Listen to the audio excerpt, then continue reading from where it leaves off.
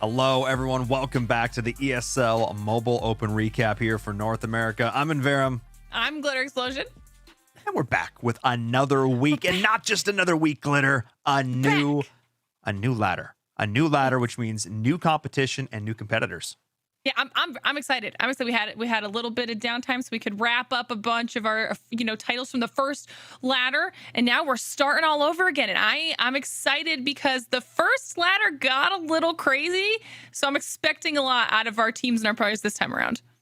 Yeah, I think if they set the benchmark, if they set sort of the baseline, we just have to exceed it here for ladder number 2. And if you're just tuning in and you're not super familiar with what we're talking about, this is the ESL Mobile Open. It is a fantastic competition, a way for you to get involved in mobile esports across a ton of different titles all across the globe now. That's what's so fantastic about 2021. We're here back in 3 different regions. There's a lot going on this season, in fact, Glitter. So let's take a look and see exactly how it all works. Welcome to ESL Mobile, the home of mobile esports. ESL Mobile is a global program designed to give you an opportunity to compete in your favorite mobile games, featuring multiple game titles taking place in 3 regions and offering 2 levels of competition. There's something here for everyone. ESL Mobile Open is the gateway to competitive play, free to join and open to any resident of our supported regions. This is the best way for you to enjoy the thrill of victory and take your shot at winning cash prizes. Each season of Mobile Open will consist of 2 ladders, and the top competitors from each will qualify for the Mobile Open play-ins. ESL Mobile Challenge is your path to glory. If you are a top competitor in the Mobile Open play-ins, you will earn a spot in the Mobile Challenge season. The top team from each ladder will skip the play-ins and qualify directly for the Mobile Challenge season. This is where you'll have the chance to compete against the best players in your region. At the end of each season, top Mobile Challenge players will compete in the Mobile Challenge Finals to determine a winner and be crowned their region's champion. ESL Mobile is for everyone. This is your opportunity to join a diverse and growing community of players across the world and see just how far you can go. Well, you see it there, Glitter. It's all about pushing yourself, pushing the next level of competition. And again, like we hinted at before, I think Ladder 1 certainly delivered on that. Absolutely. Just thinking back on some of the plays that we saw from ladder 1, there were especially towards the end, like how many times do we see in week 4 where people were still fighting for a top spot on the leaderboards? People were still leapfrogging above someone who had held a top position for 3 weeks straight. So that's what I'm saying. The bar was set very high in our first ladder, so I'm expecting a lot here for ladder 2. I think the rule, the lesson, no one was safe. No one is ever safe. You can never rest on your laurels, because the second you think you're in a comfortable position, somebody is going to pass you. And I actually think that Brawl Stars was a really good example of that, because there were some teams that were up there near the top looking pretty good, and then other squads just leapfrogged over top of them. Brawl Stars was a ton of fun to watch. We already qualified a few teams into our mobile challenge, which means now it's all about ladder number 2. Who are these next 4 teams that are going to be joining them? And taking a look at some of these initial scores, I have to say, Aqua, they're off to a great start. 100%. I mean, you can see they've got a pretty solid lead already coming out of week 1, so it's going to be huge for Aqua, a team that, we have spoken about a few times now from the first ladder moving into this one. But then moving down the list, I think one of the things that I like is that there are so many new names on here. And we've said this so many times, this is an opportunity for anyone to try and make a name for themselves. Week 1, already new teams on the board for Brawl Stars. Absolutely. And as we continue to see the rest of the top 16, that continues to hold true. I would say way more new teams than teams that I recognize. And yeah, maybe they're the odd name change here and there, but this is still fantastic to see. Squads are coming in and saying, look, we saw what happened with that last challenge season, and we know we have to get involved, because a lot of those top dogs, they've already qualified in, which means you have a chance, you have an opportunity to get involved. But just because some of these top teams have qualified doesn't mean the road is easy by any means, Glitter. Oh, 100%. Also, please, you saw Pi 22, right? I see Pi 22. Pi 22. Great what does name. It mean? What does it mean? I don't know. What does but it I'm mean? here for it. I love it. I need to know. At some point, is it a tutu made of pies? These are pies squared? We're asking the hard questions here, okay? And that is our job. Okay. Do you know who might know the answer? I'm not sure, but he might. You never know, because we do have an expert. Is it Ash? it might be Ash. So, let's actually check in with him so we can get a little recap of how exactly everything went down in our very first week of Ladder 2. What's up, guys? I'm Ash, and welcome back to another week of the ESL Mobile Open, where we're going to be reviewing some of the best games from some of the best teams in North America. We're going to not only look over their games, but also try to learn and pick up some of the strategies. So let's dive into our first game. Alright guys, our first game, Citra Lovers at the bottom versus Aqua at the top. Already we're seeing Azar being aggressive with his max. Almost scored right there had he stayed alive with his max. Citra Lovers running a very nice conventional comp with Jessie and Nita. Excellent synergy on this map with two spawners. And then of course, Barley is going to be your best brawler in this map. That's why you're seeing both teams running Barley here. On the other side, we got Zar running Max. Max is an excellent brawler in pretty much every Brawl Ball map with that speed support. Slash running B. B's an amazing mid on this map, but doesn't really fare very well against spawners. She does kind of struggle there. So Citra Lovers looking very good right here. Have the other team pushed back, but Aqua doing a great job staying alive and forcing Citra Lovers back. Nice use of Barley Gadget there to heal himself and his teammate. Pollo almost got taken out by Zar right there with 56 hit points, but able to drop his bear and push Zar back. Well played right there. However, Citra Lovers looking very low right now. They're all going to need to take their time and heal. So great job right there, being patient to heal, because if you don't heal, guys, if you die, you're going to lose control, and that's going to give the other team an opportunity to score. So it's just so important to stay alive and heal whenever you're low. On the right side, Master Light's going to get pushed by Zar. Zar going to get the kill. He almost took out RZ right there in his Jessie. Slash is going to finish off RZ. Almost a team wipe, and now Zar's going to go for that ball from the corner pass. Almost passed it to Jigsaw, and now they're trying to make a goal. RZ's going to respawn back. Slash is not going to be able to score right there. Zar is pretty low, so he decides to back up for a bit. Pollo's going to corner it again on the bottom left. Great defense by Citra Lovers, taking their time and keeping the ball cornered until they get control back. And right here, Slash is very low. He's one shot away from dying. Polio is gonna finish him, and Citra Lovers did a great job right there, getting control back, defending. Awesome job by Citra Lovers. RZ's gonna come back. RZ and Master Light have their super. That Barley super is excellent for getting control. He's gonna drop it over there. Zar's going aggressive again on the right side, trying to get some momentum going for his team. Unfortunately, though, not looking very good, because Jigsaw's gonna be taken out by RZ right there in his Jessie. That's gonna give them a 3v2 with 3 seconds left. Wall's gonna go down. He's gonna drop the turret. Slash is gonna go down right here against Pollo. Jigsaw's gonna kick it to the side to buy some time. It's not gonna be enough, because Pollo's there to finish it. Very well played by Citra Lovers. Alright, so how did Citra Lovers make that look so easy? How did they score that at the end? Well, it all came down to Aqua making a big mistake on positioning. Look at where their B is on the left here, and look at where Jigsaw and his Barley is.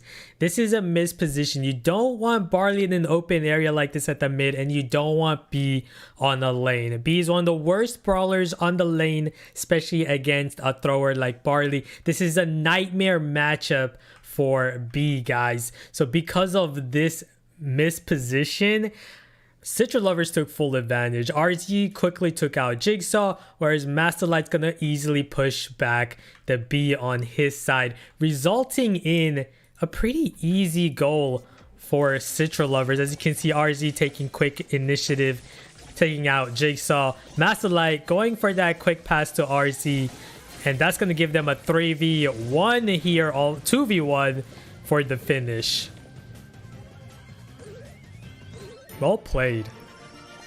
Alright, so for our next match, we have Red Button at the bottom versus Evil Space at the top. In Kaboom Canyon Heist, this map, you gotta use long-range brawlers. Both teams doing that. Unfortunately for Silas over there, he's running Crow. Now, Crow has the least range among all of these brawlers, so he's gonna have a pretty hard time with his Crow against this matchup. Otherwise, Crow is an excellent brawler to use on this map. Ben's gonna be taken out quickly by the Titan, and then RC is gonna finish off the Jessie at the mid. Salas making his way with his Crow. One of the things that makes Crow a super deadly brawler, especially on this map, is he can get easy hits in open area maps, and then he can slow the enemies down with his slowing toxin gadget. It's one of the deadliest gadgets right now in the game.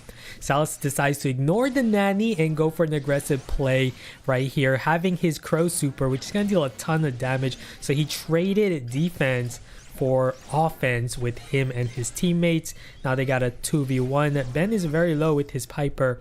Not sure if that was worth it to ignore Real Canadian, who was a nanny on defense there, because he did get a ton of damage on the enemy safe just by himself and his nanny. But looking really good right now for the Titan Gatsby. Almost finished it. That Jesse turret plus the Jesse gadget did so much damage. They almost finished the game right there. But look at Real Canadian at the top left. They just have 2%, and then Real Canadian is going to get more damage with his nanny, and then Ben's going to finish it with Piper shot right there. That was super close one, guys. So that was a very close game. Now I feel like Evil Space made a pretty critical error right here. As you can see, Salas and his crow. Real Canadian, look what Real Canadian is doing here. What he's doing here is he's moving behind this wall, guys. This wall, if he can get behind this wall, remember what I said in the previous video? You can't take out an enemy hiding behind the wall 1v1. But Salas made a pretty bad judgment here. He got his crow super. Now with crow super, you can definitely now take out the nanny. You can beat the nanny with your crow super, but he decides to ignore the nanny and run away, which was not a good idea because Real Canadian by himself in this game got about 80% damage on the safe with his nanny alone. Just look at how quickly he's tearing that safe at the top right. You can see it's already down to 28% right there. Right, and on the other side, the Titan Gatsby did a really good job, almost finishing the game. Got the safe down to 2%. That was very close, but I feel like Evil Space could have definitely won that had Salas jumped in with his crow on the nanny. And for our final matchup, we have Red Button at the bottom versus a new team called Don't Lose to Us, consisting of Z, Lukey Bear, and Superside. 3 amazing players. This is going to be a fun matchup. And also, they're running Bell for the first time in competitive. Normally, everyone just bans Bell, and so you don't really see the best brawler in action. But it's awesome that we finally get to see Bell here. Superside with his Bell on the right, having 3 gems versus SND at the bottom and his Bell. Bell versus Bell on the right. Z's going to get his pull. Quick pull to Ben, great pull. That's gonna allow him to get a bunch of gems right now, but they gotta be careful. They need to spread out against the enemy Bell. One of the problems of having a Mr. P porter down is if the enemy Bell shoots at it, you not only have to keep your distance from your teammate, so the bounces don't bounce off of your teammate, but also it doesn't bounce from your Mr. P, so you have to be really careful about that. Ben's gonna be at the mid aggressive with his Jean, gonna get some gems, so looking pretty even. On the top we have Lukey Bear dropping his Mr. P turret to try and keep control. On the left side, Real Canadian gonna go aggressive against Lukey and take him out. It's a tough matchup for Mr. P to deal with Stu. Stu is a very powerful brawler. Right there, Ben with the excellent pull on Z and to grab a bunch of gems. He decided to back off just a bit just to be safe and then grab the last remaining gems to start the countdown. Looking very good for Red Button right now. It's going to be really tough for Don't Lose to Us to get control back here, but Z does have his pull, but there's only 5 seconds left. And look what SND and Real Canadian doing, blocking Z from getting that pull to Ben, protecting Ben and his gems to win the game. Very well played by Red Button here. Well, those are all some awesome games right there. Let me know what was your favorite match and your favorite play. Hope you guys enjoyed that. Thank you guys so much for watching. Now let's head back to the desk. Man, okay. I mean, Citra lovers and Aqua just keeping that ball in the corner for as long as possible. And I think that that's literally one of the only games that we've actually gotten to see here so far in the recap show where they went to overtime, because that's how neck and neck it was. I mean, like, that's insane. Yeah, it's absolutely wild because team was on the back step the entire match and they weather the storm. They have the tenacity to see it through, push back, and actually take the win in the end. Like, that to me is peak Brawl Stars. And also shout outs to Real Canadian. I have to give some, as a fellow Canadian, doing some sick work. The backdoor stretch there on Heist. I love it. I love to see it. And I want to see more action, not just here, for some of these top teams, but from some up-and-coming squads. But I want to see it from you, because you can sign up to compete with this. The ladder is just starting, which means there's plenty of opportunities for you to still get involved. Get a squad together. Reach out to some folks in your club, your clan, your team. Say, hey, let's put a squad together. Let's get involved in the Mobile Open. It's free to enter, so I highly recommend that you do just that. We're going to do a short break, the glitter, and when we come back, it's all about Clash of Clans. We'll see you in a few.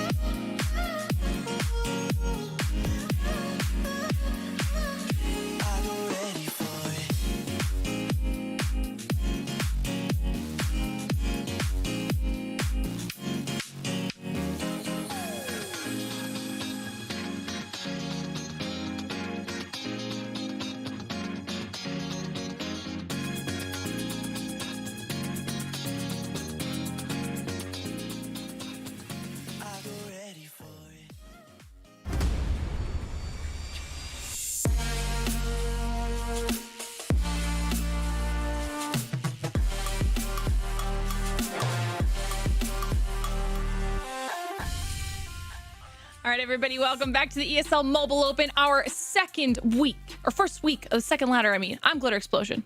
And I'm in Verum. And I can't tell time. So that's all that matters moving into today. Now, we just wrapped up Brawl Stars. Starting off today pretty strongly. Now we're going to be moving into some Clash of Clans. And I expect some more insanity, because this was another one of those titles, Paul, that during our entire first ladder, there were some crazy plays going on. There were indeed. Teams were basically still reeling from the Town Hall 14 changes. A lot of new strategies were developing. Attacker-sided meta was still very much in effect, and that's started to tone down a little bit, but it is still very much true here. And for a lot of these teams, we have seen stellar attack after stellar attack after stellar attack up there at the top. By just a smidge of a lead, the best COC esports is up there, but they have a lead, but it's not the biggest one we've ever seen, not by any means. No, not at all. I love how close all of our squads actually are. Here today, and there are so many names that we recognize from Ladder 1 that are actually doing better starting off with our first week here in Ladder 2 than they did. So they've either managed to adjust a little bit more now to this meta, picking up the pace. We see War Agency doing very, very well for themselves. Hydrogen Gaming is also up high on this list. And like you said, the points disparity is nothing right now, and there's still more time. So a lot of these names have an opportunity to kind of shake things up here on our leaderboard a little bit. And I think it's interesting as we take a look at the rest of the leaderboard. how much of a contrast that is from Brawl Stars. Brawl Stars is just new name after new name after new name. Everybody looking to get involved here. But Clash of Clans, it's a lot of these vets who are just not happy that they didn't qualify for challenge that first split. And a lot of teams looking to come back and stake their claim. They want to make it to the mobile challenge season here for our first season of 2021. But a lot of great names and a lot of great attacks in store for all of us, which means we got to take a look and review them. Eric is standing by. He's got a video to break it all down. Let's take a look. Hey, thanks guys. It's been a wild week here, and we've seen some crazy attacks here as we start into the first week of the second ladder and try to qualify another 4 teams for the ESL Mobile Challenge. Let's go dive into it. For our first highlight, I wanted to check out this match between Train Station Gaming and Hydrogen Gaming. Train Station, playing out of Space Station Gaming, obviously they are a sister clan to Space Station Gaming, are currently number 6 on the leaderboards, and Hydrogen Gaming is currently number 4. Now both of them have a very, very good record as they start off this next season ladder, and they came really, really close to getting into the ESL Mobile Challenge in the previous season. So we'll see what they can do as we work our way through this new ladder and a new opportunity to get into the ESL Mobile Challenge and qualify another 4 teams. So Zinc was coming in here with a Queen Charge Dragon attack. He sees that there's multiple air defenses grouped up in reach of the Queen here, so she can charge in. She can grab 2 of them here, but he still needs to go get the other 2. So watch what he does here to deal with them. He drops in the King into the bottom corner, funnels him out so we can go in there and get out this Multi-Inferno. But if he does charge the King into the Multi-Inferno and the Queen standing right next to it, he needs to get that Queen engaged onto his Queen before he has the King step all the way in there. Otherwise, that Queen can cause a bit of problems there for the King, and it can prevent him from getting that Multi-Inferno. He would have to freeze it if that was the case, but he didn't have to because his Queen arrived just in time. The timing was perfect here.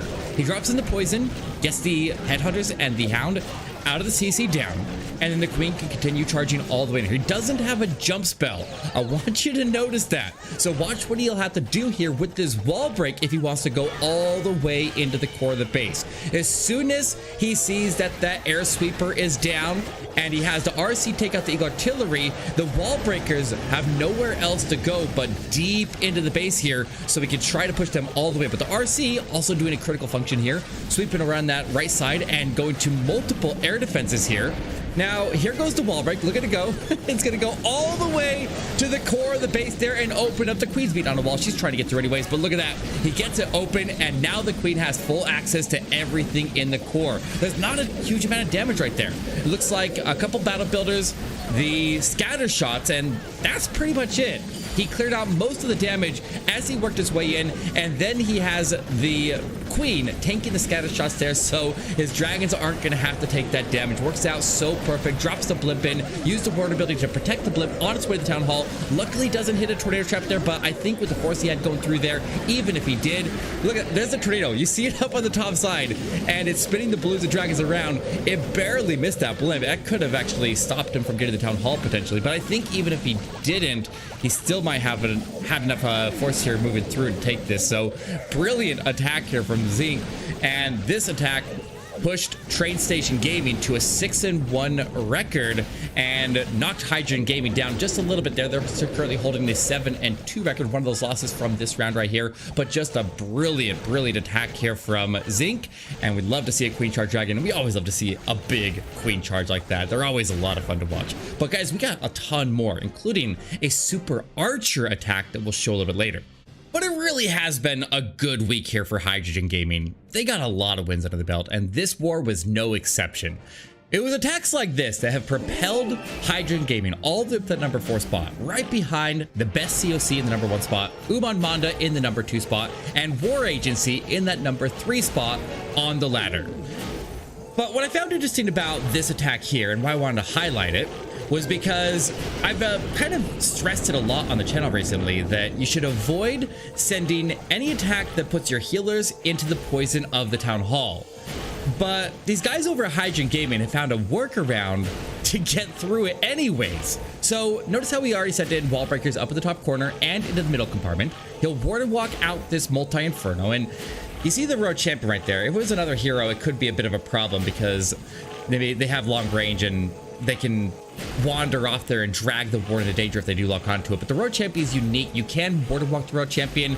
If your ward does lock onto her, she doesn't wander off and drag your Grand Warden forward and potentially get the healers targeted. But also, your Grand Warden stands far enough away from the Royal Champion that the Royal Champion never locks onto him. So it works out really, really nice. But he starts in with a couple super giants, the P.E.K.K.A.s and the siege barracks with the king up in the top compartment. Go after the eagle artillery, go clear that compartment out, and then he sends in the P.E.K.K.A.s with the queen and the warden and the super wizards towards the core. Now this poison has the potential to do an enormous amount of damage after that town hall explodes, and he has the jump so that everything right at it. So a very, very dangerous position here. But watch his heal. The heal, that's all you need. You just need to bring a heal to heal through the poison. It keeps all of your healers up, it keeps all of your super wizards up, and it keeps you pushing strong through the base. It was as simple as that. We just had to make sure that we save enough spell resources to bring a heal, and we can in fact charge through the town hall. And if the base is going to allow us to have walls to direct our troops through the jump spells and have direct access in a huge just spike punch there to shoot through that town hall, then we gotta take advantage of it.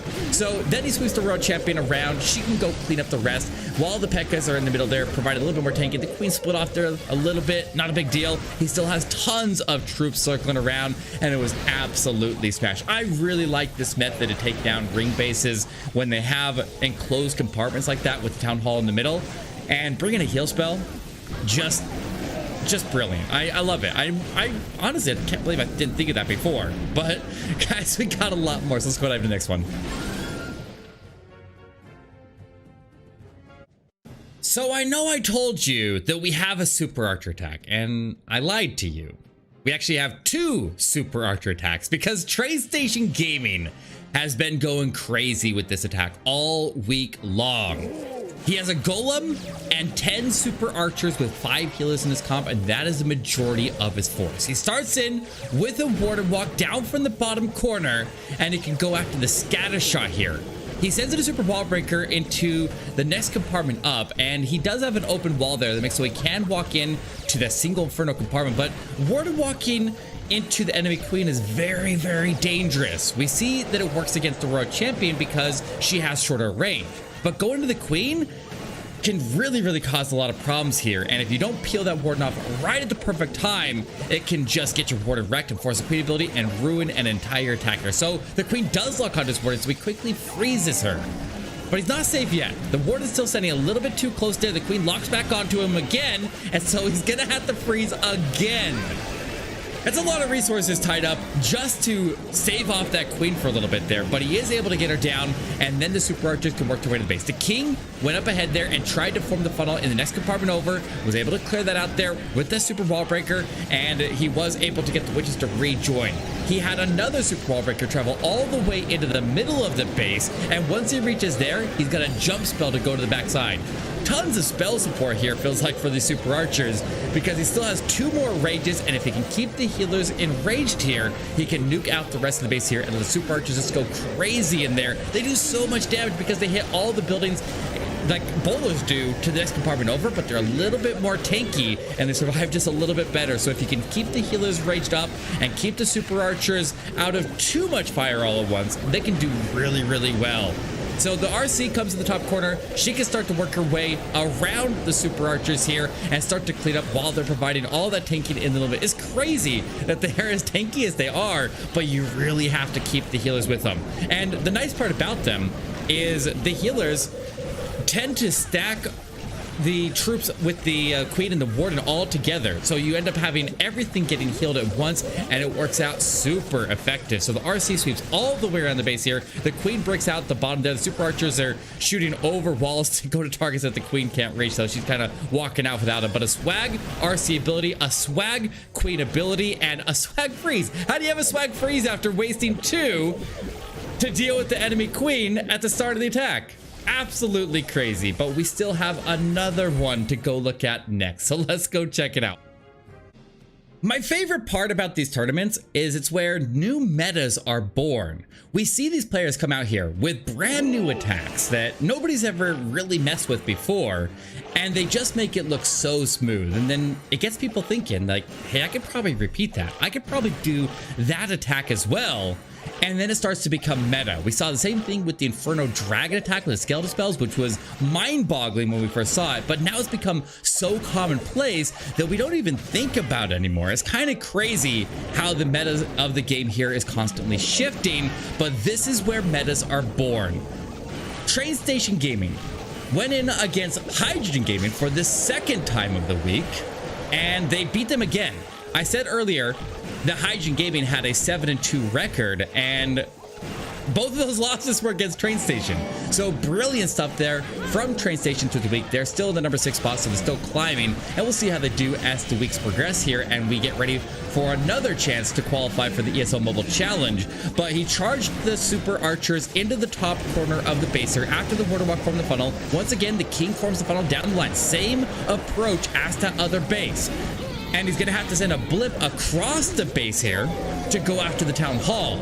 And that can be dangerous. If it catches a tornado trap there, it can stall it up, and it can be a little bit risky. You have to make sure that you don't deploy your Royal Champion until after you are 100% sure that that blimp was able to take the Town Hall down. Also notice how he saves the ward ability until right before the blimp leaves the Warden aura.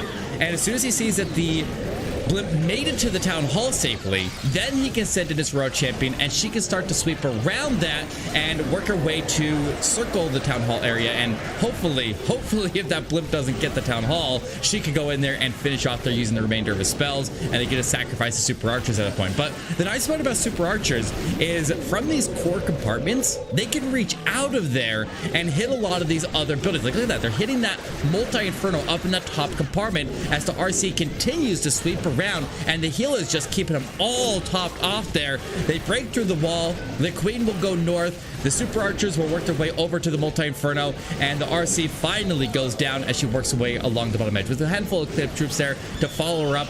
Just brilliant stuff here. Once again, another swag freeze. Another, well, maybe not swag queen ability, but a swag freeze will get him through, and you can finally go pick up that bomb tower that the Warden didn't get at the start. So just amazing performance here from Train Station Gaming. Some brilliant attacks here all week long.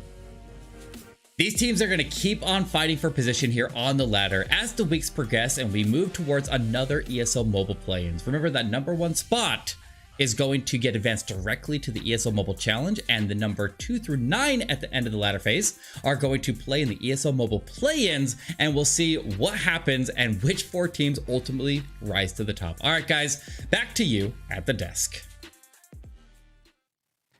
Absolute insanity there. Some of those attacks. I mean, Super Archers. Okay, let's bring in those archers. Splash damage all day, baby. Let's go. I used to love those big bowler strats back in the day. You see the bowlers, just the rocks just rolling on through the bases. I like to see it now with the archers. I'm a big fan, and I also want to follow up on the last point that Eric made there, Glitter. The idea that the team that's number 1 on the ladder, when this is all said and done, auto qualifies onto the ESL Mobile Challenge. That's huge.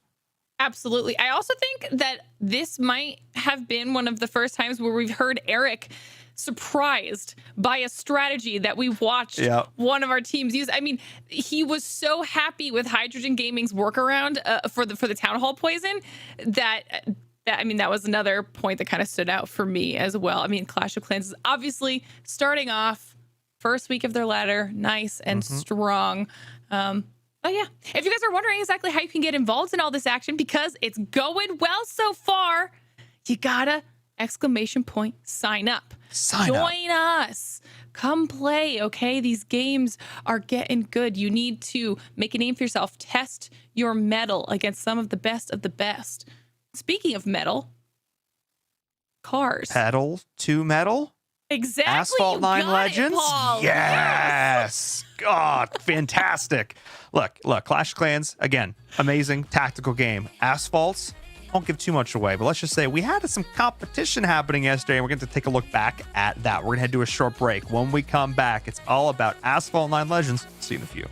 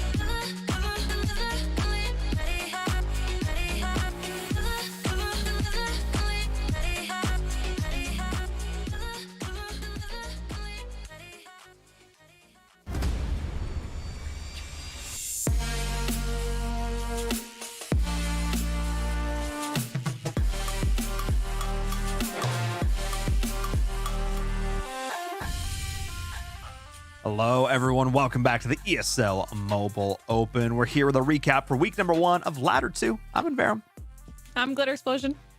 And we just got through 2 solid games. Brawl Stars, Clash of Clans. Got to see how Ladder 2 was heating up. But we also get to take a look back at Ladder 1, particularly when it comes to Asphalt 9 Legends. Before we do, though, yes, I got to talk about any key. We talked about the good luck, have fun pledge before. In particular, it is something that I am a huge proponent of here. Over the last couple of years, we were pushing it towards that 1 million signatures, and we hit it. Absolutely.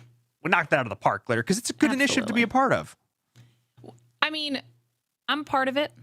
It's something that we love. We love talking about it here. You guys have probably heard us talking about it. You know, if you've been watching the show, obviously, you know, promoting diversity, inclusion in gaming and esports. So that's why we love it so much. But you don't have to listen to us talk about it. We do have a little video in case you missed the past couple weeks. So let's check it out. My name is Jordan Gilbert, aka Nothing. Hi, my name is Sue Lee. My handle is Smix. I think it's important for these initiatives to happen. Empathy really, really goes a long way, and it always means so much to us, and I think that's where initiatives like this really help. I encourage everyone in the community, anytime they see bullying, anytime they see someone getting called names, I encourage you to step up and say something. Good luck, have fun. Good luck, have fun.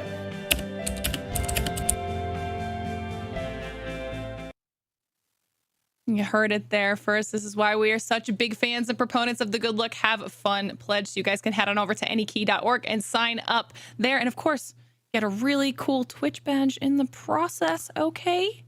Yes, a universal Twitch badge that you can use anywhere on Twitch. Says that you've taken the pledge, says that you're taking a stand towards creating a less toxic environment in which we all like to hang out and play games. So it's absolutely stellar. Speaking of games, Asphalt 9 Legends, the finals for our first ladder were yesterday. I got the chance to cast that with Verum, and oh my goodness, Glitter, it was absolutely sick. One of the really cool things we were able to do this season was actually split up our iOS and Android leaderboards, which means we got to see a lot more games. Normally, we only see the semifinals of everybody put together, but that was not the case here. We got to see a ton of awesome races, a ton of great matches. This was the result of our iOS leaderboard. We had Frog and Yogg Saron battling out. These names maybe you don't recognize, but these are actually super veteran players who changed their names.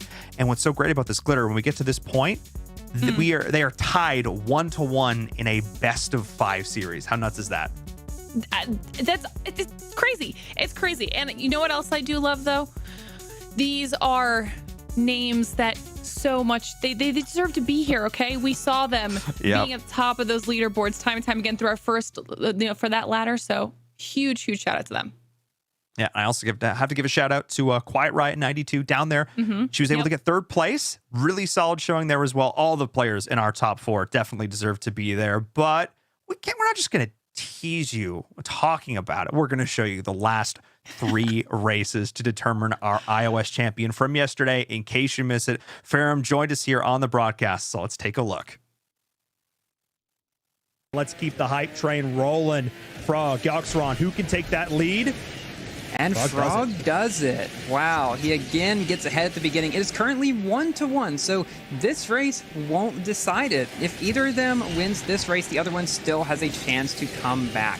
We could very easily come down to 5 total races here as Frog again takes a slightly different route, takes an early lead. They both shockwave up here to get some airspeed and are able to go up this next ramp without much of a problem. But Frog, you know, he knows that if he wins this race, he only has to win 1 more, and he's got it. And Yogg Saron knows that too, so he has got to play a bit more risky, I think.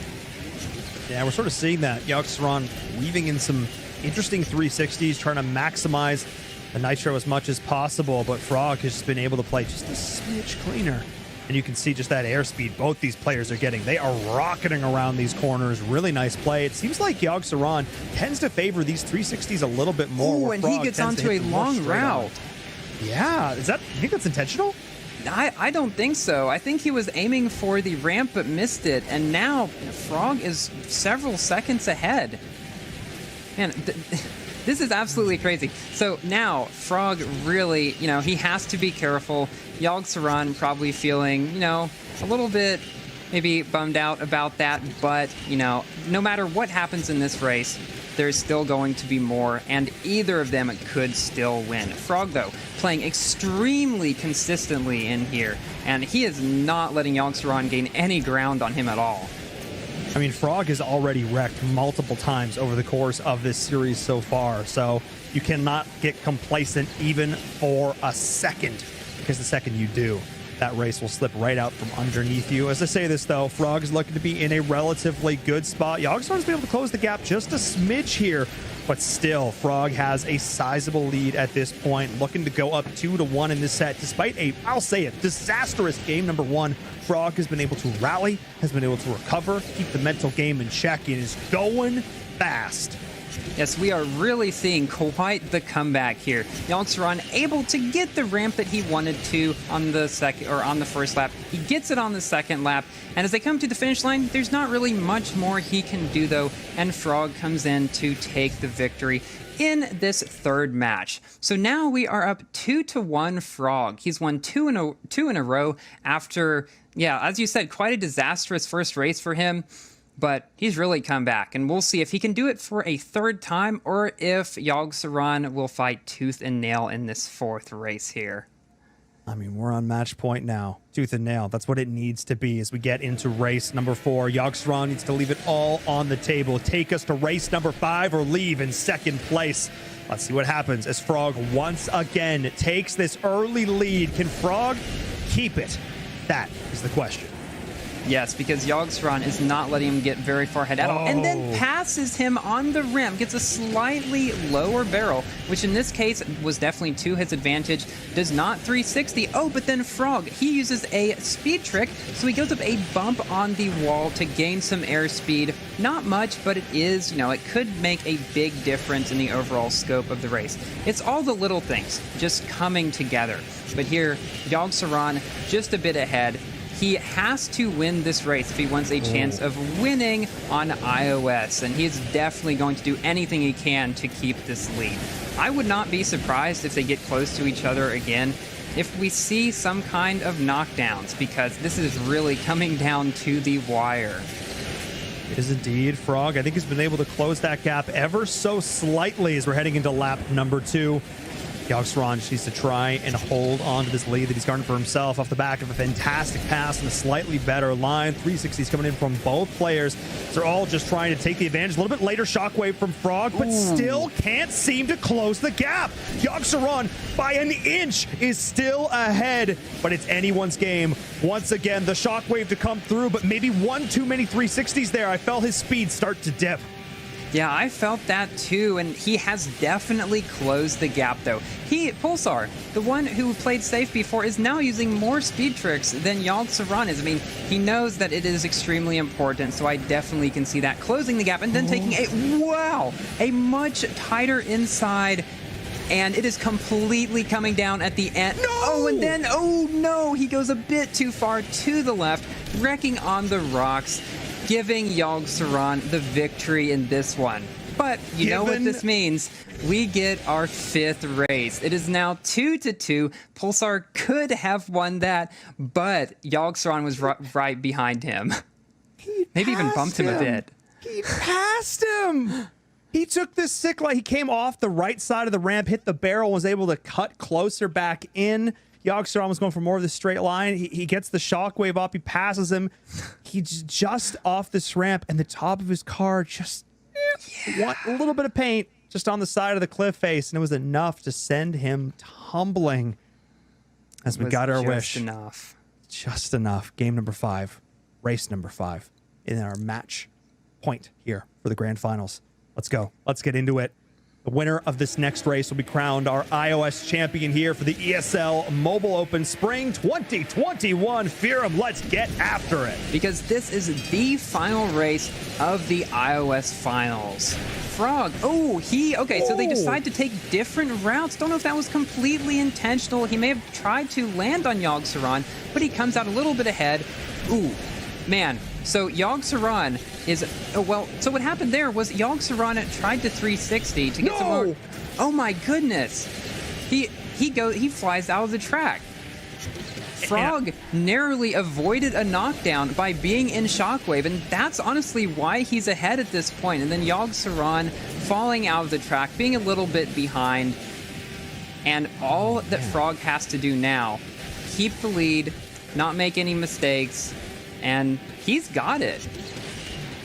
I mean, it ain't over till it's over. We've seen some ridiculous things happen so far, but it felt to me that both players were looking for the knockdown. They started this race off aggressive. This whole series has been pretty darn physical, and I felt it there. I think Yogg Saron was actually forced onto it. I don't think that was intentional to start this race, forced out onto the center street. He literally was like, it's hit a wall or go right, because Frog is there right at my side. Let's see. We'll see here in just a few seconds, depending on what route Yogg takes. And yeah, that was not intentional in that first lap. So that says so much about the amount of pressure that Frog has been able to exhibit onto Yogg Saron over the course of this race. Oh yeah, you have to know what to do when the line that you were intending to take becomes impossible. Being pushed out or anything else that could have happened, you have to have a contingency plan. You have to have another route that you can do on the track. And he's been able to do it, but not really being able to make too much ground on Frog, who is coming up to the final big turn of the race, having a very clean just race overall.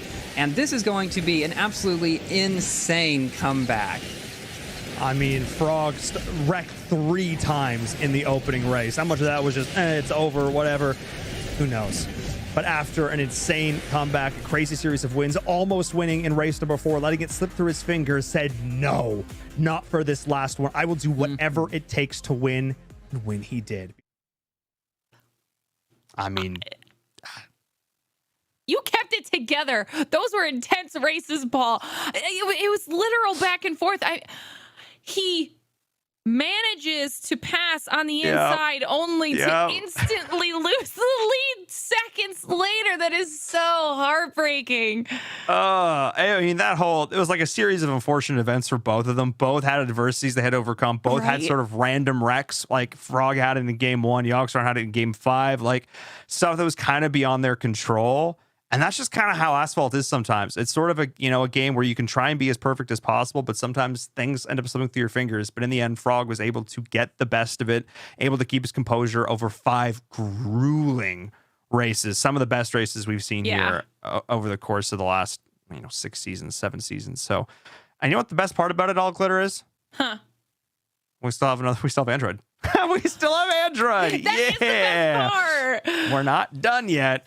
iOS certainly delivered some absolutely stellar races, but the last race had some history. This is a race with some history because both of these players have been in this final situations before. Elite Joe is the winningest player in ESL Mobile history. He has been in 6 finals. He has won 3 of them. So potentially 4 of them after today, after yesterday. So do I need to say more? That's a lot of weight on your shoulders, but also a lot of experience under your belt to kind of make sure that it's not too heavy for you.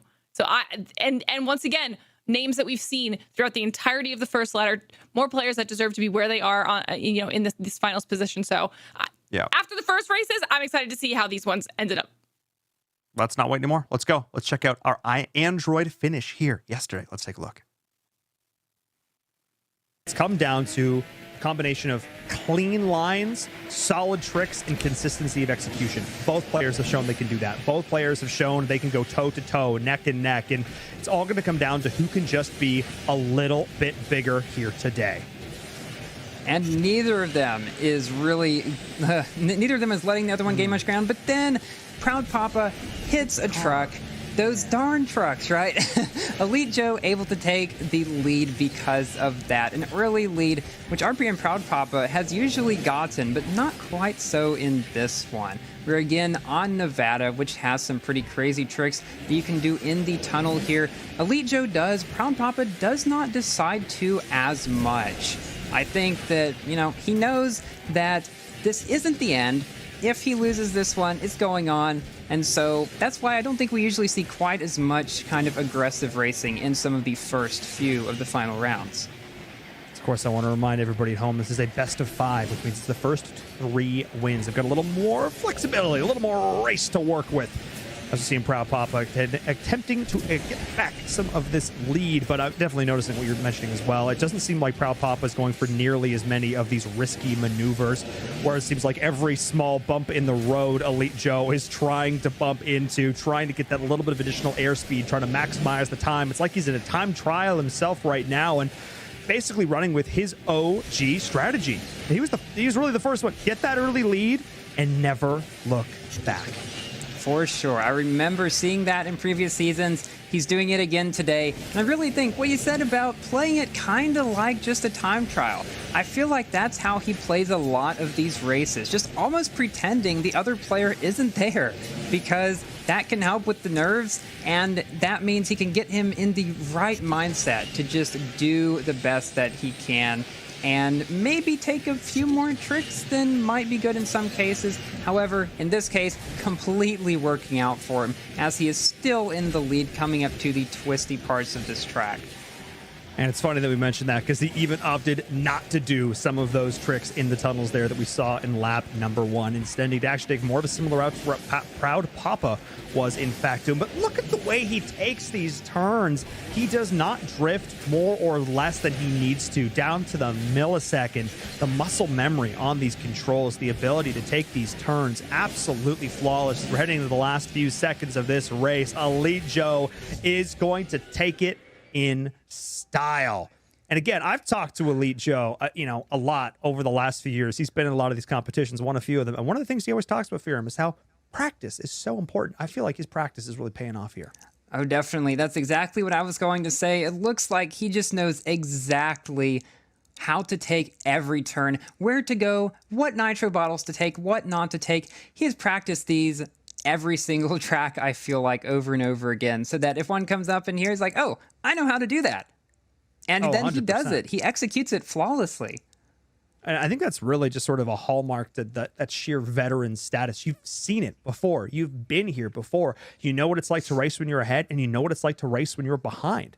And again, I like, part of me actually thinks there's less pressure sometimes on the players who are in second place. If you can still see your opponent, you're like, I just have to pass you. I just have to pass you. There's a very clear thing what you need to do next. But when you're out in the lead and you can't necessarily, how far behind are they? How close are they? Like, that's the pressure that's constantly on your shoulders. The pressure not to mess up. We'll see if Proud Papa can do this here as he takes that early lead. As we're into the second race of the final match, best of 5, first to 3 wins, and Proud Papa is taking that early lead. They both take the route, going a little bit too wide though. Proud Papa not getting the barrel, Elite Joe getting it, and so catching up a bit around these turns. And as you said, Elite Joe, he knows how to be in front, he knows how to be behind as well, and now his goal is just to catch up and pass Proud Papa.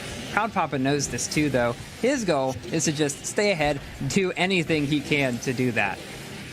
And they're basically doing exactly the same tricks, exactly the same maneuvers, basically identical in terms of nitro.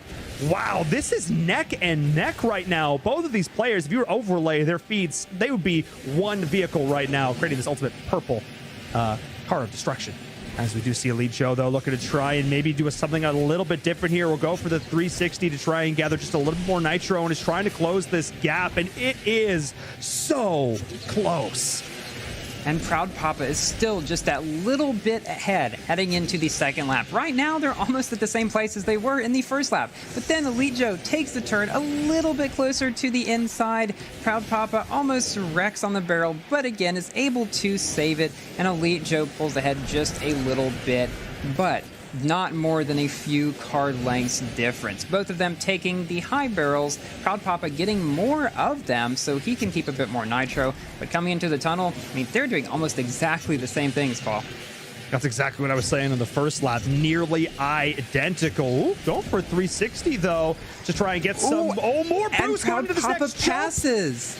Absolutely solid, but Elite Joe is forcing him into the wall. You pass me and I'll put you in the ground. That's what Elite Joe's all about, the killer instinct. No clean racing here. You give him that opportunity, he will go for the throat and go for the win. Proud Papa almost took it back, and Elite Joe just smacked him down. No, senor. He will have none of it. Yes, that was crazy. Elite Joe, I mean, he did not want to get past at the end. That was completely intentional, and he knew that he could do that and secured that second race, because now he only has to win one more. Proud Papa has to win 3 more. But as we could see, he has driven quite well. He nearly beat Elite Joe at the end there, but Elite Joe just coming in with that knockdown. As we head into our 3rd race. Both players starting things off. Ooh, maybe looking to get a little bit aggro as Elite Joe. Not hesitant to use that nitro right off the bat, zipping to a pretty significant lead already there. Was able to get a little bit of a better line to start that one off and just accumulate that nitro just a little bit better, getting that boost up and going. But like you said, Proud Papa, that's exactly what they need to do. The reverse sweep. It's all about this. 3 races in a row. Can they get it done? Or will Elite Joe put this away in a 3-0? And Proud Papa, we see, doing some of those 360s to do the floaty drift around the turns. I don't know how effective that is in a slower car such as this one. And I wonder if that might be one reason why he's fallen a little bit behind. I'm not entirely sure about that, but Elite Joe is in the lead at this point, running a little bit behind on the nitro though. Although, the thing is, if you're able to keep just that little bit of nitro to go up the ramps, to keep your speed, you're pretty much good to go. And again, both of them following almost exactly the same racing lines. Both these players know exactly where to go. I'm noticing a small thing there, like Elite Joe was able to get the shockwave off, whereas Proud Papa was not able to maintain that for longer as Elite Joe and still basically maintain near identical nitro efficiency. Those small, tiny things, eking out those few kilometers per second more, able to keep that top speed just a little bit longer. It all makes a difference, and the players are just this good, and Proud Papa needs to try and claw it back, but this lead hasn't changed since the first 10 seconds of the race. It certainly has not. Elite Joe knows exactly what he's got to do, and he's just going to keep on doing it. We have really seen no major mistakes from Elite Joe so far at all. He's practiced time and time again. He's had plenty of experience in the previous seasons, and as you can see, it's definitely paying off for him. Although, as we can see also, Proud Papa doing some amazing racing as well. Both of them picking up pretty much all of the nitro that they can. And Elite Joe still, though, in the lead here.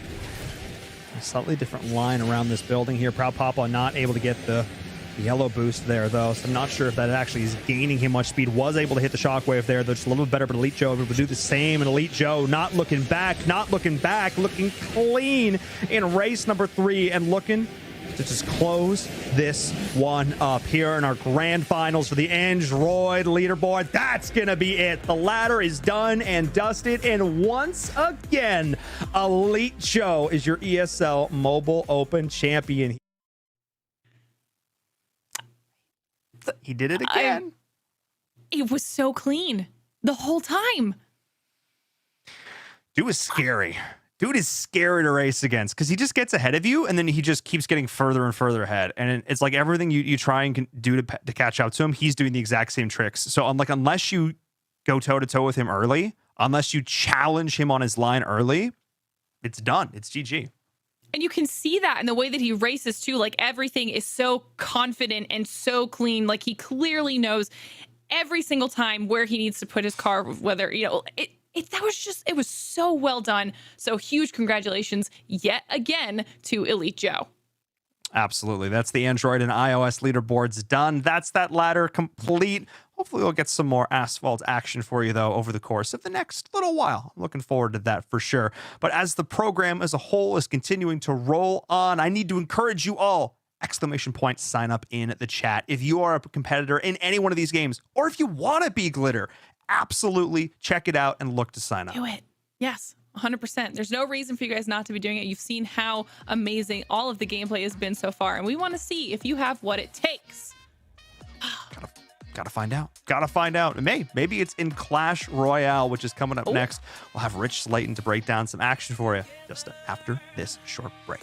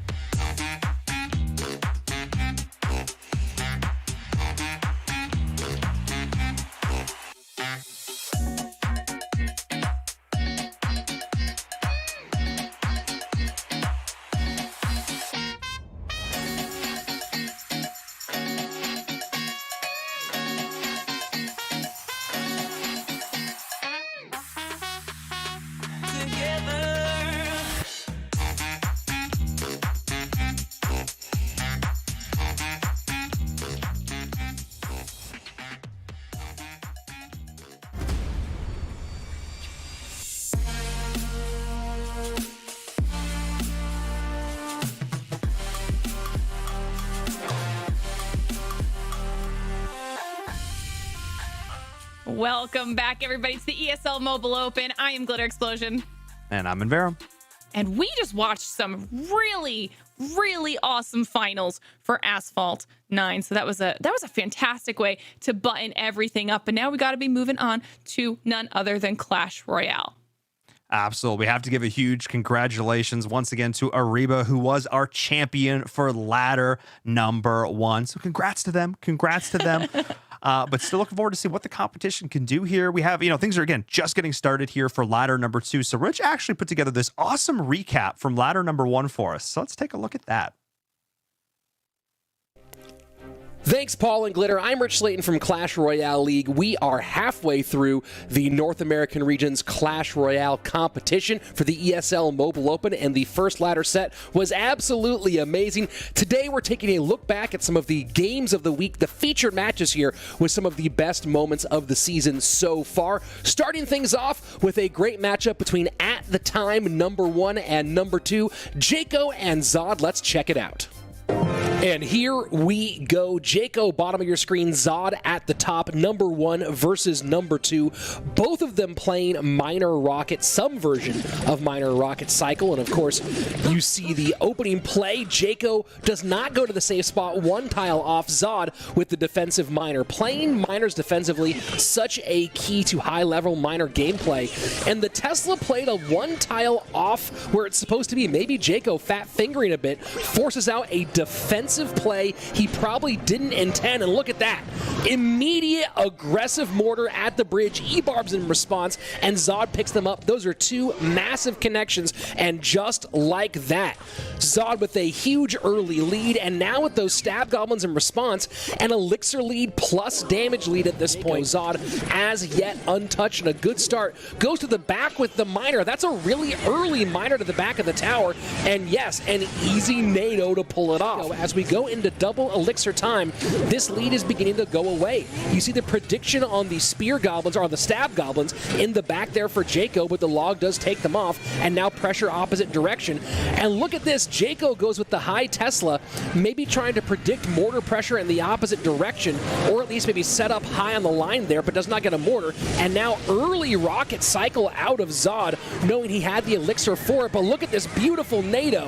Great to pull those spear goblins off the board and get a lot of damage, and just like that, the lead has evaporated, less than 200 HP, separating these two at this point. And now again, split spears, that's easy log value on the left-hand side, and now rocket cycle with Minor on the right-hand side turns for Jaco to put serious damage in, and now he's in the lead, has taken that 583 to 885. The tables have turned here in sudden death overtime. Not really sure why Zod is continuing to play this right-hand game. This is not where he wants the game to be played, and look at that nado.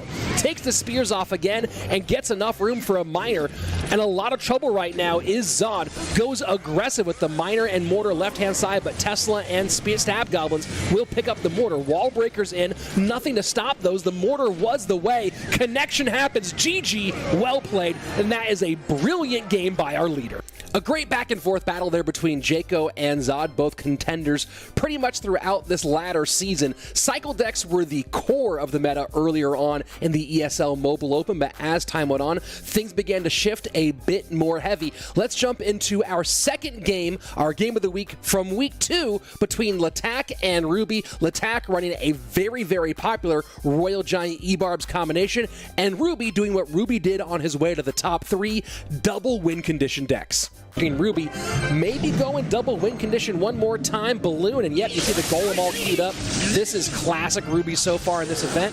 And Latak going Royal Giant E-Barbs, a throwback to 2018. And at the moment, no significant damage either direction. That's a good bit of fireball value there for Ruby at the bridge. And the Musketeer adds insult to injury, 1973 on that top right-hand side. But look at this great push. Oh, and the Heal Spirit nearly gets some good good work there in the opposite direction. And take a look at that. Golem behind King Tower and single elixir, and absolute brutal punishment in the left-hand lane. Royal Giant at the bridge, right into a Skarmy. Log takes that off, and Mother Witch behind. This tower in significant trouble on the left-hand side. That's not quite tower down, but damage done. And this should be an easy control here. King Tower activation should be incoming with that Fisherman to pull the Golem to King Tower. There you go.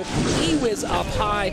Ruby's dirty tricks not working against Latak here so far. This balloon, though, may actually get a connection. A nice zap at the bridge. No, Ewiz at the bridge, excuse me. And now that right-hand tower of Latak in a whole lot of trouble as well, down to 717. No point in defending 46 HP when your opponent has both Log and Fireball. Now Royal Giant in the pocket. And Ruby, what's he going to do to stop this one? Just goes and responds with a Musketeer on defense. That's a lot of damage given up. And now Musketeer with the Golem high. Mother Witch in response here from Latak.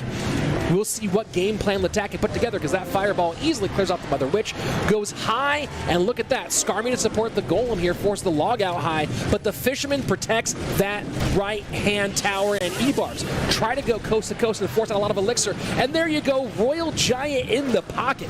Latak keeping the pressure on and really, really punishing his opponent Ruby here with these over expenditures on these Golems. And that's a commitment here that Ruby just could not afford to make. Here he goes, trying to get that balloon on tower and maybe steal this one here. And now an aggressive push. Mother Witch, Fisherman, E-Barbs go down. A one E-Barb in, Pigs in. But this balloon making a beeline with Musketeer for that King Tower. Can it steal it? Fireball in the hand of Ruby, and he doesn't take it. Fireball in the hand of Ruby, and he doesn't use it to stop that push. Little decisions like that are what Clash Royale is all about. Ruby and Latak putting on an absolute show that we got to enjoy right here on this ESL recap. As we go take a look at our match from week number 3, we're getting into closer and closer finishes. That's what this game is all about, getting down to the wire. Let's jump into a great one. Classic meta versus new meta between Spicy Nachos and Smurfblade. And Smurfblade now just cycling cards in the back, probably knows he's against Graveyard, does not want to overcommit. That NATO, really ill-advised NATO out of Spicy Nachos. I can look at the leaked elixir difference, by the way, at this stage so far. Only 2.5 for Spicy Nachos, nearing 5.5 right now for Smurfblade. But Smurfblade now putting the pressure on the right-hand side. They don't call it bridge spam for no reason. P.E.K.K.A will be nice against that Electro Giant, as well as the E-Wiz to slow things down if necessary, assuming that's what's going on. And here, look at this. NATO trying to pull back that Battle Ram. Poison gets in. Battle Ram connects. Somehow, Smurfblade doesn't just get on tower, but runs absolutely roughshod on that right-hand side. The NATO work so far from Spicy Nachos has certainly left something to be desired.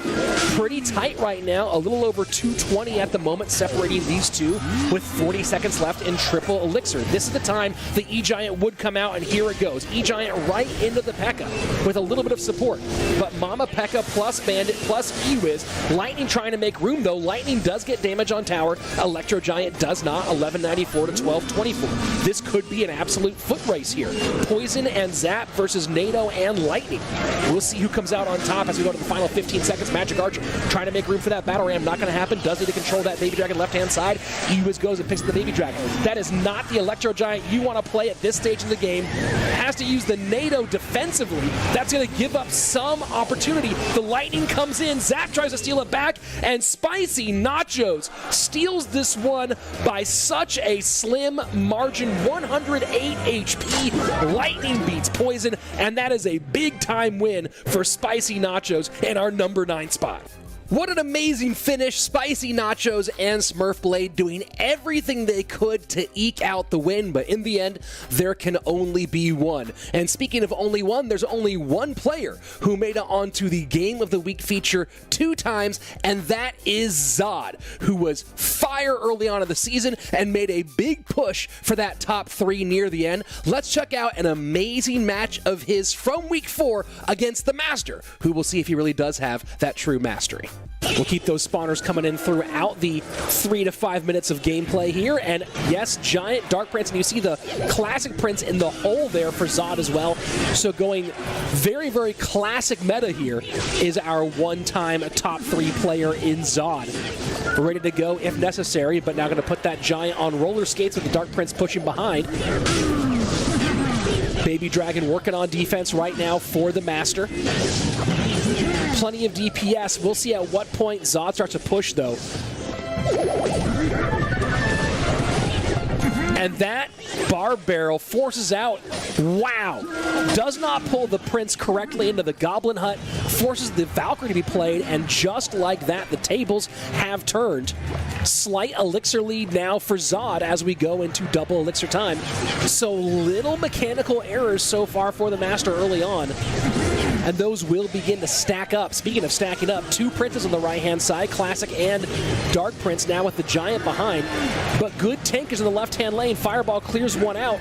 Graveyard going to do some significant damage here. Zap does stop things, but that's still a huge blow on the left-hand lane. A massive blow on the left-hand lane. Oh my word, down to 530, 397 HP. But look at the damage on the right-hand side done at the exact same time here by Zod. As we go into sudden death overtime, 1373 to 397. As the Giant goes to the right-hand side, Dark Prince sets up behind, Classic Prince to the left-hand lane. This Goblin Hut giving fits and nightmares as well for Zod as he tries to break into that next level. Second Giant down now. Dark Prince not able to get to those stab or spear goblins coming out of the Goblin Hut, but now working on that Valkyrie. New Goblin Hut down to pull.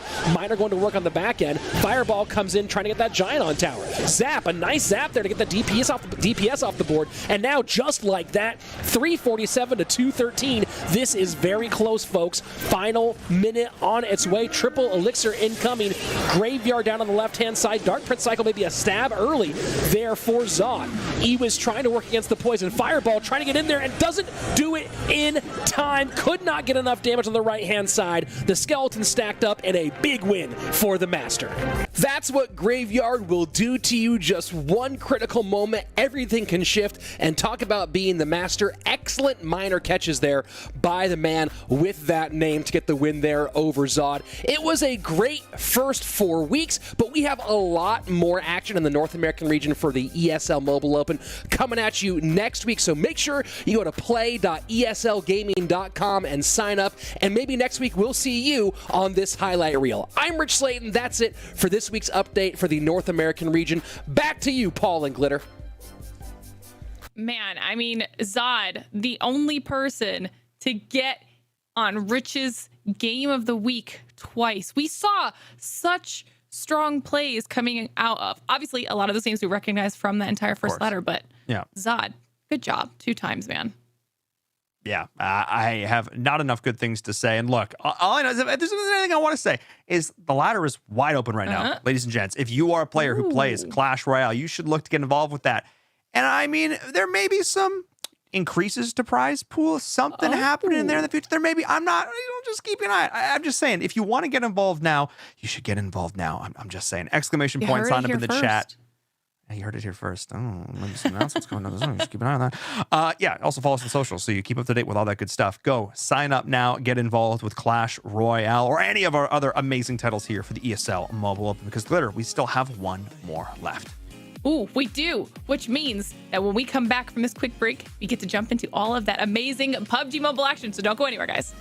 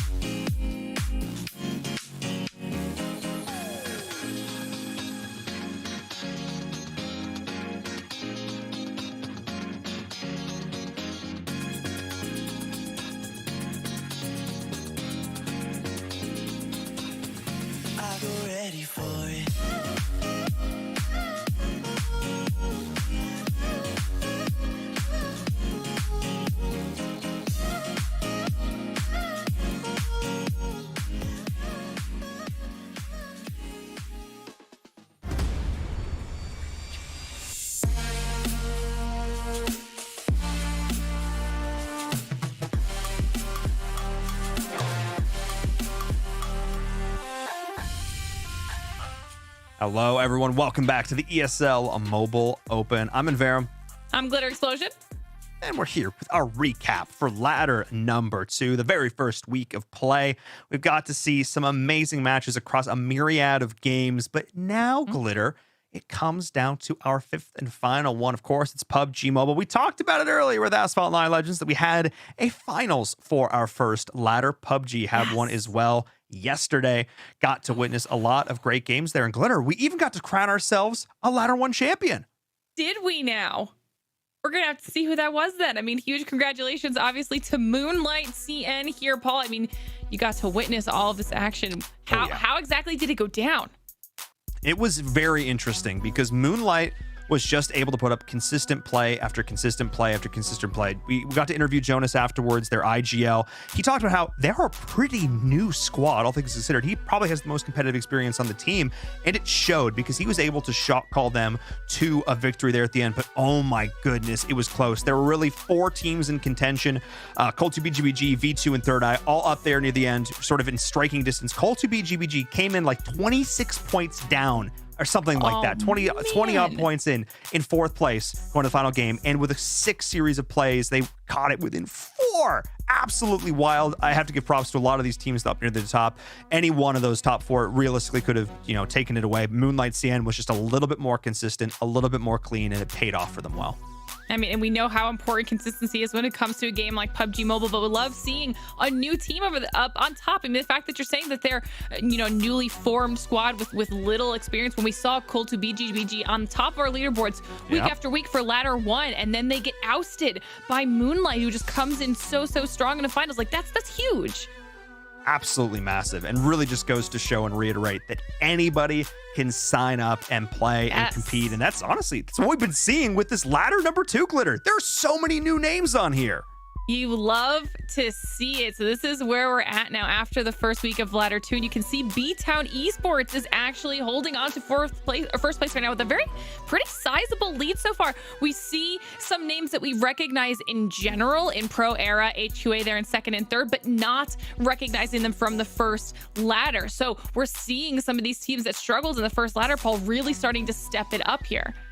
And that's exactly what I want to see. I mean, especially as we're looking here towards the end, teams like Aphelion Esports, we have expectations for these squads. It's on a Nova Esports roster on the first page of that leaderboard as well. But there's so many new teams looking to push on in and make a name for themselves. I love it. And what better way to do so than by taking down established players who already have reps, who already have names and clout. Take it for yourself. Yes, we have said time and time again that this is the perfect arena for that. We have a combination of established teams that you'll see in other PUBG Mobile events and new teams trying to make a name for themselves. You see Moonlight come in doing just that. So I'm excited to see if is B-Town the next Moonlight for our second ladder. I don't know. It's only week 1, but time will tell. Time will tell indeed which squads are going to continue to make those names themselves. Hey, maybe Hot Jukes has got some insight for us as we take a look here at a little bit of a recap from week number 1. Yo, what's up, Glitter and Inverum? Okay, now first things first, the thing I know y'all have been waiting for more than anything else, that is the return of the beard, baby. That's right, it's back after a brief hiatus. Okay, whatever, right? Let's get into week number 5 here for the ESL Mobile Open. Now, for anybody that's watching this for the first time, just a quick reminder, the first 4 weeks, that was the first split, and that is completely done for. Congratulations to all the teams that made it into the first finals and were able to compete into that amazing event. Now, though, this is a whole new, fresh start. So congratulations to these new teams I'm starting to see really rise up the ranks right out the gates. Now, you can still get into this tournament. For anybody watching this, there's still 3 more weeks left to go. The next finals is going to be June 6th. I can't wait to see how that turns out. But we're going to talk about this past week. And why not start with my favorite piece of this entire video? And that is the Hot Jukes Play of the Week, baby. Let's get straight into it. And my Play of the Week is going to go to none other than the Bun Fan Club. That is correct. A team that I have not covered at all so far. And you're going to see Tribun here. This is right off the drop, and he is going to make some plays. You can see in the kill feed, one knock off the bat. He's got a double barrel shotgun and an M16. And he is laying down the law. That is 3 knocks so far. And now there's just 1 left. Shotgun versus shotgun. Fun. Try to pre-fire a little bit of that M16. It's going to switch to that shotty. Bad misses the shot. He knows that he messed up big time. And he has to reload his gun. It ain't going to work out. Tribud getting the 4 versus 1. And I don't care who you are. If you're able to get a 4v1 in a major tournament, mad props to you. I mean, the biggest props I could possibly give. So shout out to Tribun for getting an insane squad wipe. I know his team must have been absolutely hyped in that moment. Now that we got that out the way, let me go ahead and show you some of the rest of the action that I was able to catch in week number 5, aka the first week of split number 2. Let's get it. Now we're gonna start off here in Miramar. Now you guys definitely recognize this name. This is King A from Aphelion Esports, an OG in the NA scene. This is a PMPL player, a PMPL squad. Now, if you do remember, they didn't do too well inside the PMPL. And I know that they have a ton to prove, and you can definitely see them here in the ESL Mobile, but the best place you could possibly be to really develop your skills and try to take your team to the next level. They're trying to get it done, but I'm starting to see still signs of miscommunication and struggle between the team. You can see them very, very split up. They have Steve-O on their team who's already down. The rest of the squad right here, Slap trying to use these off angles. I'm not really sure about that kind of weird angle to get that rotation. You can see them kind of getting some jump shots. They do get a kill. That's gonna be 4 kills for their team, but this is where I think you really start to see them get punished. Now they're on top of the hill. This should be a easy dub for them, in my opinion. Yeah, it's a 2v4. I'm not really too sure how much kit they have. If they had it, they should be throwing everything that they possibly have down the way to make it harder for 4 bros to push up. But right here, you see them over peaking, getting just straight pre-fired, and 4 bros just ran over them and were able to steal that chicken dinner away from Aphelion. And they did it in beautiful fashion. Next up, we're going to take a look here at Godplay. Now, this is a squad that is not in the top 20 overall yet. So they were able to pull out a chicken dinner here. And I think this is the reason why. You can see they have a 4-man advantage. And they're really split up in a 2v2 here. Now, I don't mind it because they're able to get some really good angles. But I think Blinky is not really utilizing his position in the best possible manner. Right now, he should be using all his shots just down the way, sending the rest of the 3-man to just kind of full send and take out these last 2 members. It should be an easy finish, but they're playing a little bit hesitant. And I mean, for a newer squad, this is going to be something that you see. Regardless, they're able to press, they get 1 knock, but they're able to get the finish. So a good chicken dinner regardless. That's something, though, I would really like to see them fix. Just play a little bit more aggressive and be able to really utilize each other's positions a little bit better. Now we're going to move over to a familiar team, and that is Level X. You're going to see Carnage, Double E, with only a duo, and he's kind of stuck out by himself right here. And what I love to see is his use of nades. And the reason why he's using nades in this position is because he doesn't want to shoot and give away his spot. Apparently, Acme has no clue where he is until he finally shoots, but by then, it is too late. Now you're going to see Extreme Ice, God Eater, gonna catch Spec from Ghost Gaming out there out on the side. So beautiful heads up play for them. They have 9 kills. You can see them trying to get the last one on the Tempest, and they're gonna do that to take the chicken dinner for game number 1 of their group. All right, now we're gonna go on over to B-Town Esports, laying down the law. You see 14 kills. By the way, this is the team that is currently in first place over week number 1 of this new split, and they are doing it in beautiful fashion. They got 3 chicken dinners, and this was a huge one. 16 kills, getting another beautiful knock, and this is what we should have seen Godplay do earlier. Just straight smother the rest of the team. They have the knowledge. They know exactly where they are. They have the man advantage. Just keep spraying. Use all your utility. Allow them to not even move a muscle while your team pushes up. This is beautifully well executed, and they get it done. And that's how you do it, ladies and gentlemen. That is how you do it when you have a full squad up against just a few members. Just flex your chest and lay down the law. Now moving on over to Sandhawk, we're going to look at Top League Esports MX, currently sitting 6th overall in week number 1. You can see Papa Blue get a nice little knock, but they have a good feeling. They saw the kill feed that somebody did get knocked. They're going to get the finish and take that point away from Papa Blue. Now I love to see LA10 clear his back checking the blue zone just in case, just in case we don't want anything to happen. But here's the problem. The rest of the team sent it solo, and they end up getting caught by a snake. This is where disaster really starts to strike. Right here, you should see the rest of the team press up and lay suppressive fire, especially when you have a man advantage. This is kind of the theme of this entire day-to-day, because this is something that I want to see teams really fix. That nade, too close for comfort, 1 HP. They're able to get the reset, but you're going to see the other squad, BST, do exactly what they need to, and that is apply a pressure to a team that has a full squad up and is playing passive. You can just see LA10. He has no clue what to do here. He is just laying in the smoke. They're all running by themselves. They're not working as a team. And you really hate to see this, because this should have been an easy chicken dinner for them. LA10's gonna get just straight bodied by Killa. I mean, what an appropriate name. Even getting on top of the rock, the confidence. You're gonna see Kid Keo try to do everything he can, but it ain't gonna be enough. BST showing the confidence, and this is exactly what I'm talking about. Even if when you have all the cards, it could easily turn around on you. The ESL Mobile Open, they ain't playing games here. Now we're going to take a look at the legendary squad that is Nova Esports. Now, surprisingly, they're only in 15th place overall, but I mean, we're going to definitely see this team just bloom more and more as time goes on. I mean, you can just see the synergy, the gun skill. They got it all. It's only a matter of time before the squad really takes it to the next level. And this is what I love to see. This is what everybody should be looking at when it comes to late game. Beautiful synergy, a ton of pressure they're applying. Sky's on this off angle, missing a helmet. So he needs to be very, very careful with these peaks. One shot and it's done. He is straight knocked. And you can just see him using that TPP advantage, just getting intel for the rest of his squad.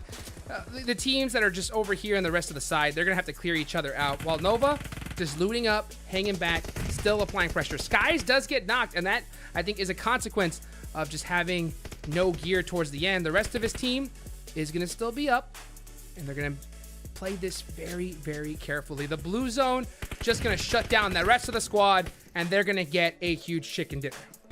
And last but not least, we got to take a look at DMZ. This is the team. Look at that, 16 kills, and they are feeling themselves. Rojas got that grenade. Have to switch it to the high toss, man. That's exactly what you need to do. He says, you know what? Never mind. I'm just going to low toss it. Why not? I'm just tired of that nade. I want to throw this second one. I want to let him know, hey, we're coming for you, buddy. We're coming for you. That's the pressure. High IQ plays here from Rojas. That nade, that's going to be the one to get it done. Like I said, he knows what he's doing. They're going to be looking for this last person. They know exactly where he is. And that's going to wrap it up here for week number 5. Now, I want you guys to be really excited, because the next upcoming weeks, I'm going to be doing much more in-depth looks at some of the plays that I'm going to catch. So only 3 more weeks remaining here in qualifiers. And I guarantee you, this next week coming up, I am going to be doing some serious breakdowns. So for anybody watching this that is playing in this tournament, make it count, baby. Make it count, because I'm going to be watching, and hopefully catch you guys on the next recap. So having said that, Hot Jukes out for now. Send it on over back to you, Glitter, and Envirum to wrap things up. Okay, we saw quite a few names that we recognize in that first week of Ladder 2 recap. However, for me, Carnage's nades in that play for level X, the whole thing was so smart. He was using the frags to deal damage without giving away his position, while also utilizing the smokes that had already been put down by Acme to rotate around from behind so he could clean up all of the kills on them. And that was just really, really good to see. Yeah, I mean, those are sort of the higher tier plays that the teams need to be executing consistently if they want to go from, like, yeah, a team that's up there near the top to a team that's winning mobile opens, it's moving on to competitions like the PMPL, etc. So great example there of from a squad who has done some stuff just like that. And also cool to see Nova out there as well. Some other names. Yes. We saw Spec from Ghost out there. So a lot of these names from players who've competed in mobile opens past that are still back here getting in the games, and obviously creating some awesome opportunities for up and coming players to learn against the literal best that North America has to offer. So thanks to Jukes for breaking that all down for us. And thanks to the teams, the players who are competing. And I think those were definitely some of my favorite moments. I think if I had to give just an overarching favorite moment, it had to be the Asphalt competition again, though. Yeah. Like, we didn't get to see all the games from iOS, but they were some of the most physical, just like aggressive races we've ever seen in Asphalt 9. And it was a ton of fun for me. Yeah, I mean the finals were fantastic in Asphalt 9, but also I feel like for me Brawl Stars started off really strong this week for a second ladder. So I'm going to be keeping my eye on how those standings, if at all, how they change up. Let's put it this way. I'll be surprised if they, as I bump into the microphone, I'll be surprised if they don't change much, because there are new teams constantly looking to come in and get involved, as they should, as you should. Exclamation point sign up in the chat. There is still plenty of time to get involved. Only the first week of play has gone by, so make sure you sign up to compete across all of our different game titles here for the ESL Mobile Open. I highly encourage, if you ever debated or wondered or doubted, just do it. Just put a squad together, go compete. It's a ton of fun, I promise. All right, that's it for us. Our first week back here for ladder number 2. We're going to say goodbye for now, but we'll see you next week. From myself, from Glitter, thank you all so much. We'll see you next time.